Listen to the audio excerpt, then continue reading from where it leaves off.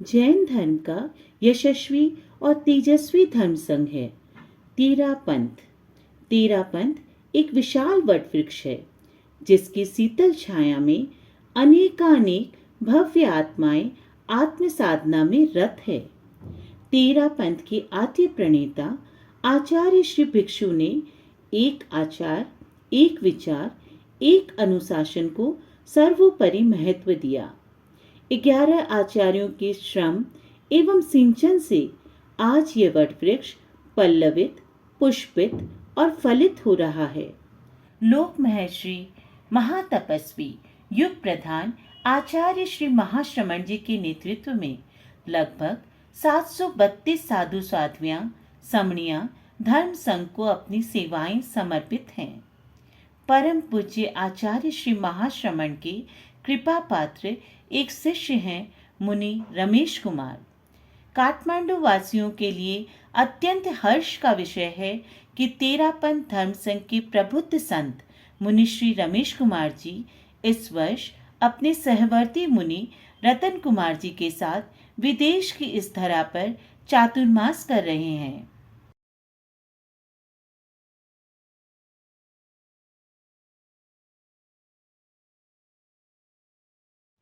मुनि श्री रमेश कुमार जी का जन्म राजस्थान के सरदार शहर में 24 अगस्त 1963 संवत्सरी महापर्व के दिन हुआ। आपके पिताश्री मंगलचंद जी सेठिया व माताश्री का नाम रेवती देवी था।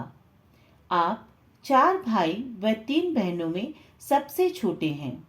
बचपन से ही आप मेधावी, निर्भीक, स्पष्टवादी एवं निडर प्रकृति के रहे हैं। छोटे होने के कारण परिवार के सभी सदस्यों का लाड़ प्यार आपको मिला। तेरापंथ धर्म संघ के 9वें अधिशास्ता युग प्रधान आचार्य श्री तुलसी ने 1976 का चातुर्मास सरदार शहर किया। उस चातुर्मास में आपके 6-7 मित्र दीक्षार्थी मुमुक्षु बने। उनमें से एक मित्र ने आपसे कहा कि हम सभी दीक्षा ले रहे हैं रमेश, तुम भी ले लो। यह बात सुनकर बालक रमेश के मन में भी दीक्षा लेने के भाव उत्पन्न हुए। आपने माताश्री व पिताजी से इसकी आज्ञा मांगी। माताश्री रेवती देवी ने अपने जीवन काल में यह प्रण लिया था कि उनके परिवार में अगर कोई दीक्षा लेगा तो मैं उसे मनाही नहीं करूंगी। फिर भी माँ का हृदय बालक से कह उठा, कंकरीला पथ और मुश्किल डगर होगी, कभी असह्य सर्दी तो कभी तपती दोपहर होगी, भूख प्यास आदि परिचय भी आएंगे।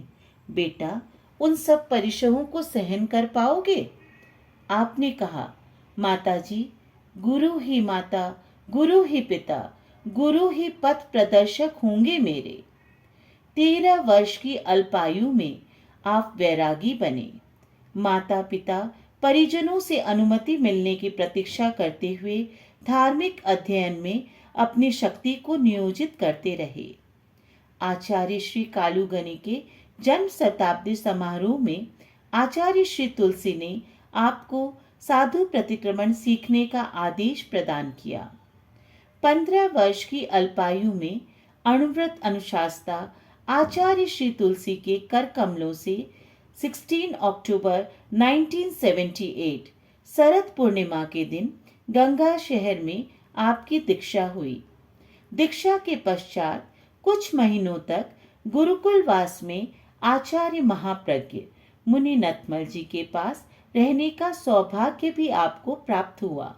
1979 के मर्यादा महोत्सव पर आचार्य श्री तुलसी ने आपको बहिर्विहार का आदेश प्रदान कराते हुए प्रभावशाली संत मुनि श्री सुमेरमल जी सुमन के साथ आपको सहवर्ती के रूप में वंदना कराई।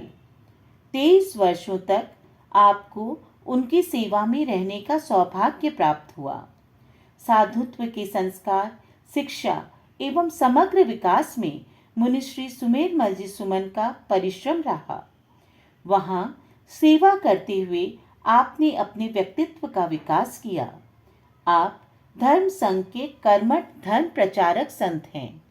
अनेक अवसरों पर आपने संघ के रुग्ण संतों की सेवा भी की है। आपकी अनेक विशेषताओं का अंकन करते हुए प्रेक्षा प्रणेता आचार्य श्री महाप्रज्ञ जी ने 28 जून 2004 को आपको अग्रणी ग्रुप लीडर बनाया। आप अत्यंत सौभाग्यशाली हैं कि आपको तेरापंथ धर्म संघ के तीन तीन महान आचार्य, आचार्य श्री तुलसी, आचार्य श्री महाप्रज्ञ जी एवं वर्तमान में आचार्य श्री महाश्रमण जी का वरद हस्त मिला। आपके परिवार से अनेक दीक्षाएं भी हुई हैं। साध्वी श्री उज्ज्वल रेखा जी आपकी ज्येष्ठ भगिनी हैं। वे धर्म संघ की विदुषी सेवा भावी साध्वी हैं। साध्वी श्री नम्र प्रभा जी तथा मुनिश्री रत्न कुमार जी आपके भतीजा भतीजी हैं, जो वर्तमान में तेरापंथ धर्म संघ को अपनी सेवाएं प्रदान कर रहे हैं। शासन श्री साध्वी भत्तू जी, शासन श्री साध्वी सुखदेवा जी आपके संसार पक्षीय नानीसा महाराज थे। साध्वी धर्मलता जी आपके संसार पक्षीय मौसी की बहन थी। 20 वर्षों से अग्रगण्य के रूप में आप श्री ने दक्षिणांचल, उड़ीसा, पूर्वांचल की यात्रा पूर्ण कर इस वर्ष विदेश की धरा नेपाल की राजधानी काठमांडू में चातुर्मास करा रहे हैं। आपने अब तक 38,000 से ज़्यादा किलोमीटर की पद यात्रा की है। आपके दीक्षा दिवस के महनीय प्रसंग पर हम आपके उत्तम स्वास्थ्य की, निर्बाध संयम जीवन की मंगल कामना करते हैं। गुरु कृपा से आध्यात्मिक ऊर्जा का सिंचन पाकर आप उत्तरोत्तर गति प्रगति करते रहें एवं अपनी शक्ति का नियोजन धर्म संघ की सेवा में करते रहें, यही मंगल कामना, शुभ कामना।